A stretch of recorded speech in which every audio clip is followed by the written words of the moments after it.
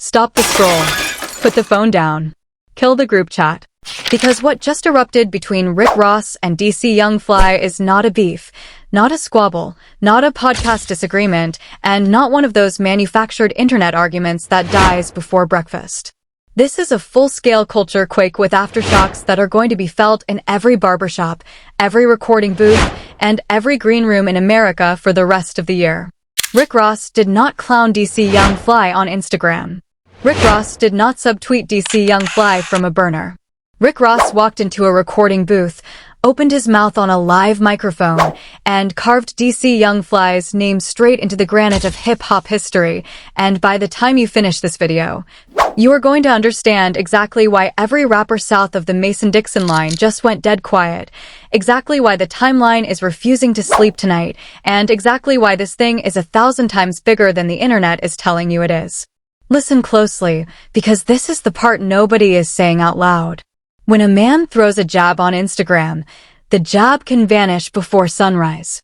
When a man clowns you on a live stream, the live stream disappears in 24 hours. When a man drags you in a group chat, the group chat stays sealed. But the second Rick Ross put DC Young Fly's name inside a bar on wax, it was over. That was the point of no return. That was the moment the story stopped being a viral clip and started being a permanent piece of hip-hop's official ledger. That is not social media. That is not a subliminal. That is not a punchline on a podcast couch.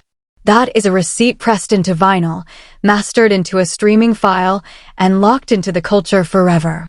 And DC Young Fly, if you know anything at all about DC Young Fly, is not the human being you want walking around with a fresh grudge, a loaded microphone, and every camera in Atlanta pointed at his face.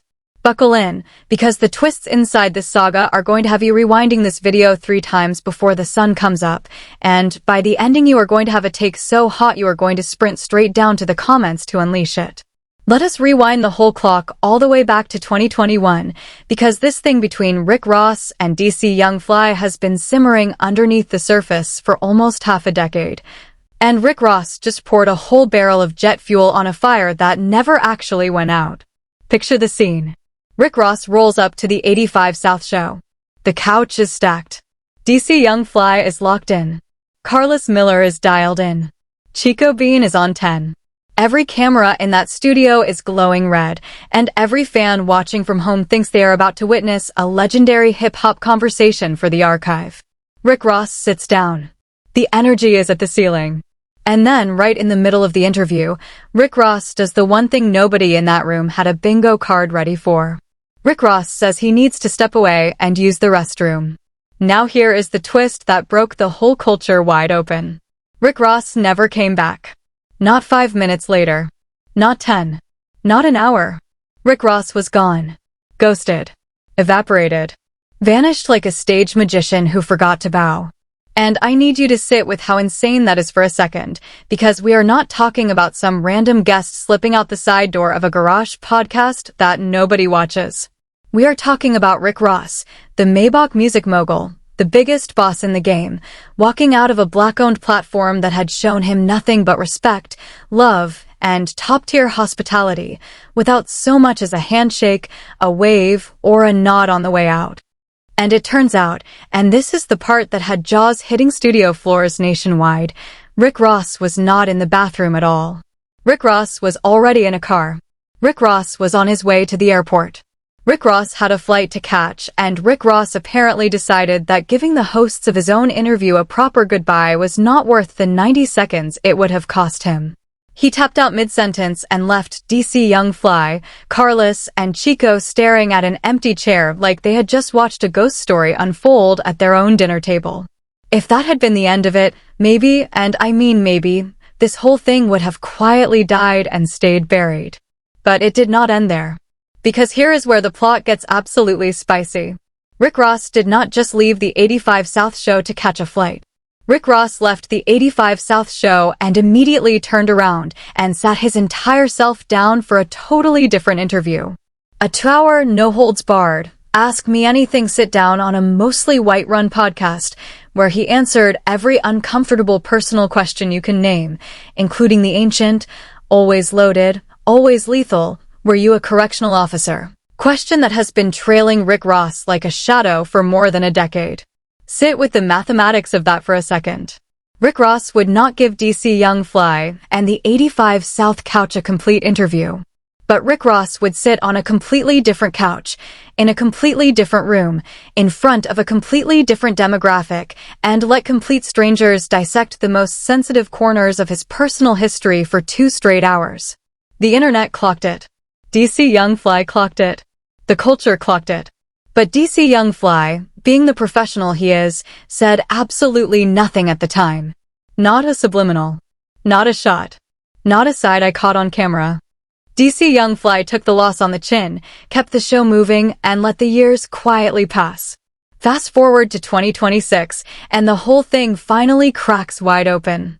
DC Young Fly pulls up to the Rory and Mal podcast, and Mal casually reaches into the archive and asks about the moment. And this is where DC Young Fly does something rare. Something almost surgical.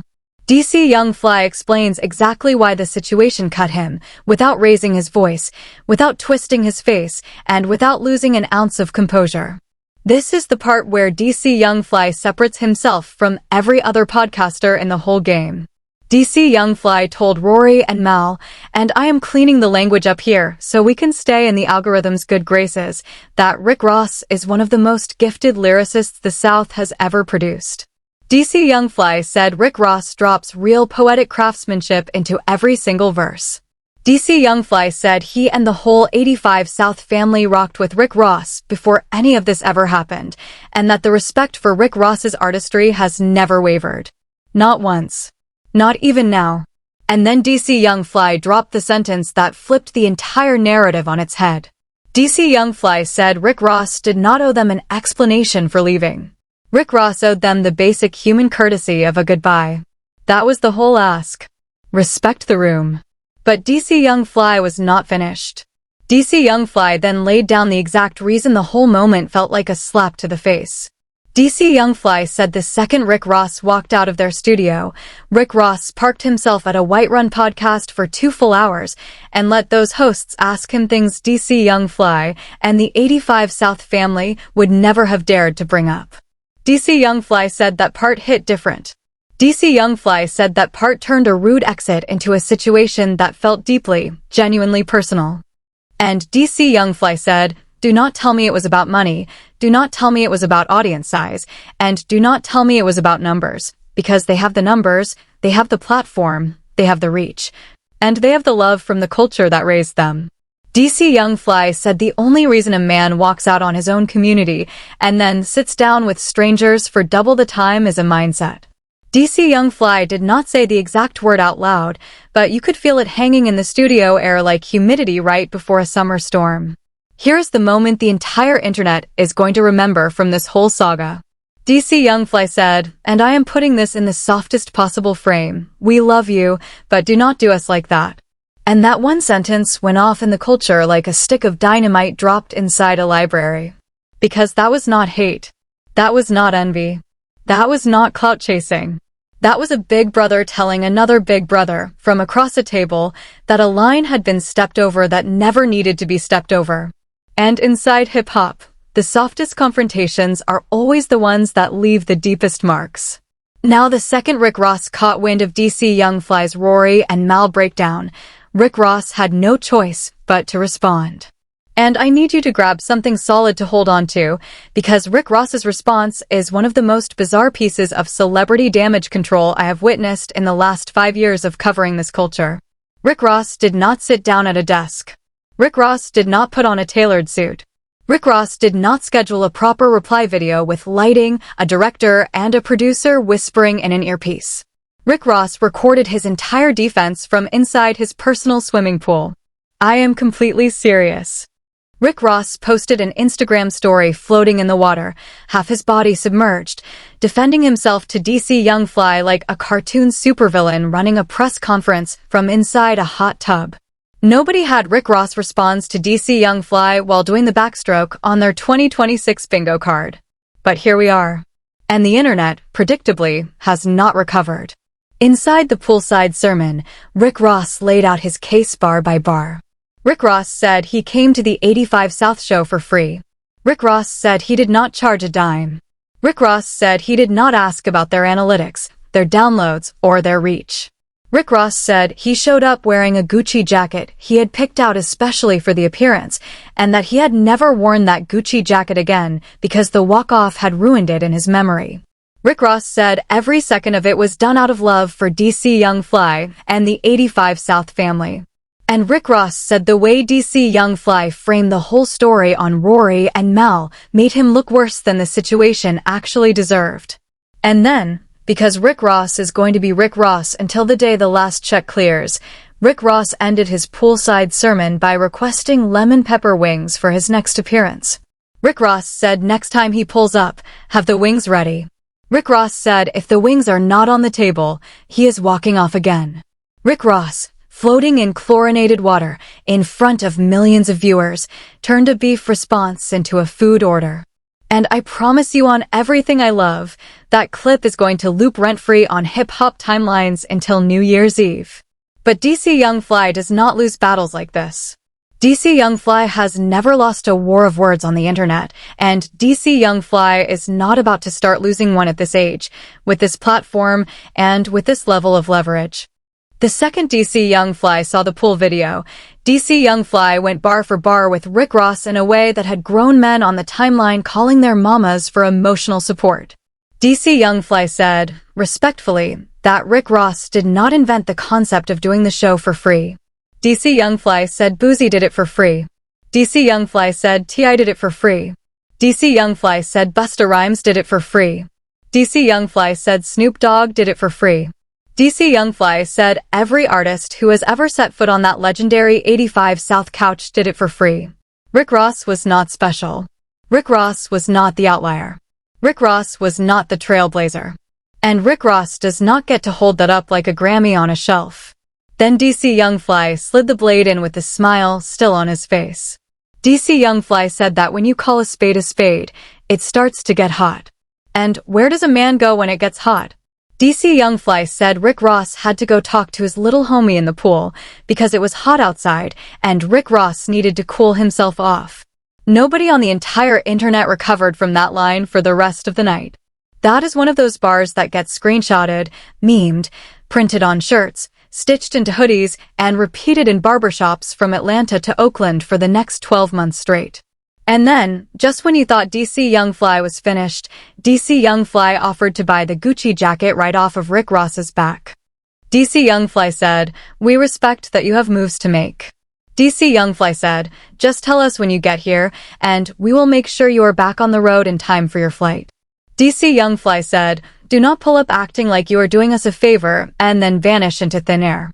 DC Young Fly said, we called your team when you left, and even your own team did not know where you were. That right there, that one specific line, is the reason DC Young Fly is one of the most feared, most respected, and most quietly dangerous voices in hip-hop podcasting today. Now here is why the timeline refuses to sleep at 3 in the morning. This whole thing looked completely squashed. It looked handled. It looked settled. DC Young Fly had extended a full olive branch. DC Young Fly said the door was open. DC Young Fly said pull up anytime. DC Young Fly said no hard feelings.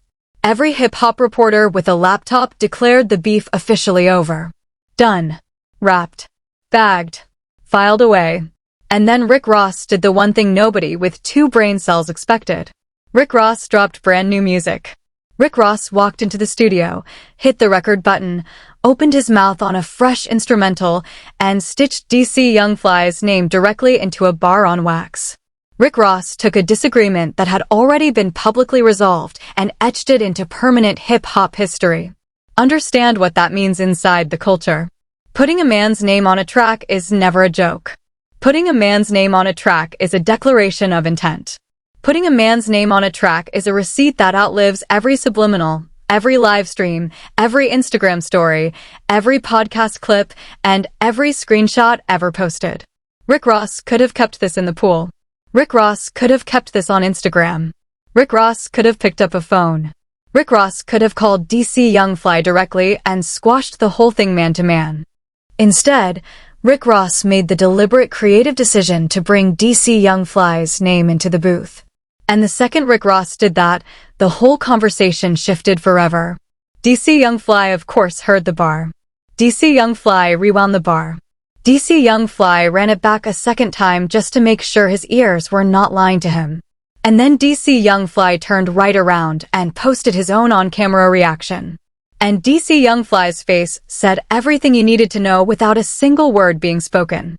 DC Young Fly said, "Well, damn, big boy, how you feel?" DC Young Fly said, "Hey y'all, go grab that album." DC Young Fly said, "Go stream that album, gang, go get that album." And anybody who knows DC Young Fly's comedy at even a surface level knows that when DC Young Fly gets that quiet, that measured, that calm, that surgical, something is coming. Now the whole hip-hop internet is stuck on one single question, and this is exactly why you clicked on this video tonight. Is DC Young Fly about to come back with an actual diss track?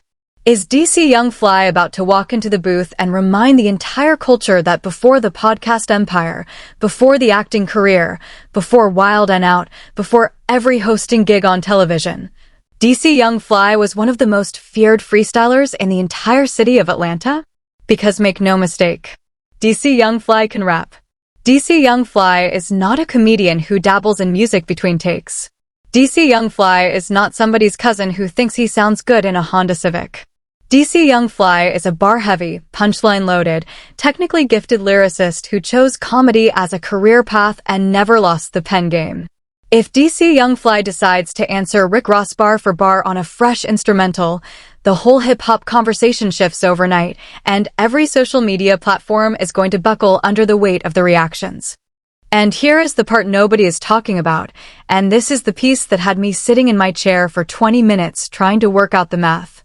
There is a real, tangible, non-trivial possibility that this whole storyline is a promotional rollout disguised as a beef. Step back for a second.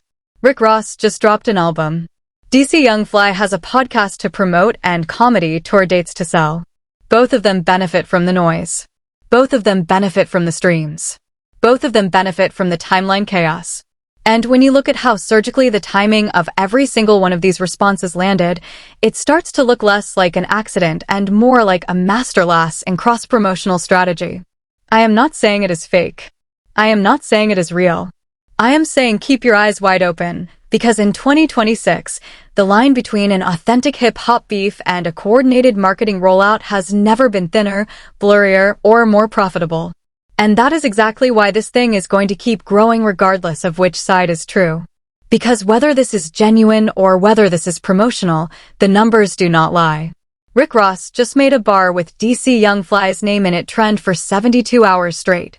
DC Young Fly just made a Rory and Mal breakdown clip crossover into audiences that did not know either of these men existed a week ago.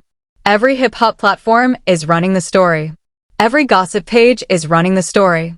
Every barbershop is arguing about the story. And the two men at the very center of it are watching their engagement graphs hit levels neither of them has personally seen in months, maybe years. Let me ask you something before we close this out. When was the last time a real hip-hop beef was actually a real hip-hop beef and not a marketing rollout with a release date buried inside it?